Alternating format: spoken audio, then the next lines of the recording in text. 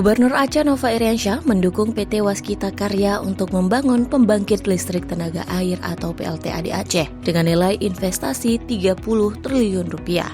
Ia mengatakan pemerintah Aceh siap membantu segala bentuk investasi yang muaranya dapat bermanfaat bagi masyarakat. Hal itu ia sampaikan saat menerima kunjungan manajemen PT Waskita Karya di Meliko Gubernur Sabtu 4 Juni 2022. Gubernur Aceh berharap investasi pembangunan pembangkit listrik energi baru terbarukan tersebut serius dikerjakan oleh Waskita Karya. Menurutnya, setiap pembangunan pasti mengalami kendala dan tantangan. Namun itu semua dapat diatasi bila pihak perusahaan serius dan komit dengan rencana investasinya.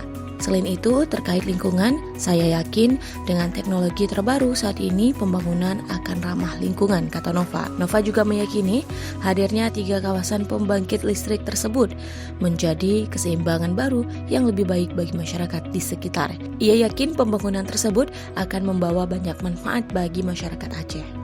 Sebelumnya, Direktur Operasional 3 PT Waskita Karya Gunadi mengatakan pihaknya nanti akan membangun bendungan untuk pembangkit listrik di 3 kawasan aliran Sungai Tamiang tersebut. Ketiga kawasan tersebut masuk dalam Kabupaten Aceh Timur, Gayo Lues, dan Bener Meriah. Diperkirakan pembangkit listrik di ketiga kawasan tersebut bila selesai dibangun nantinya berpotensi menghasilkan 500 MW. Gunadi menyebutkan sejumlah manfaat yang didapat masyarakat Aceh jika pembangkit listrik tenaga air itu dibangun, yaitu menjadi lumbung pasokan air bersih, penyerapan tenaga kerja saat konstruksi maupun operasional PLTA, pengendali banjir, dan menambah pendapatan daerah.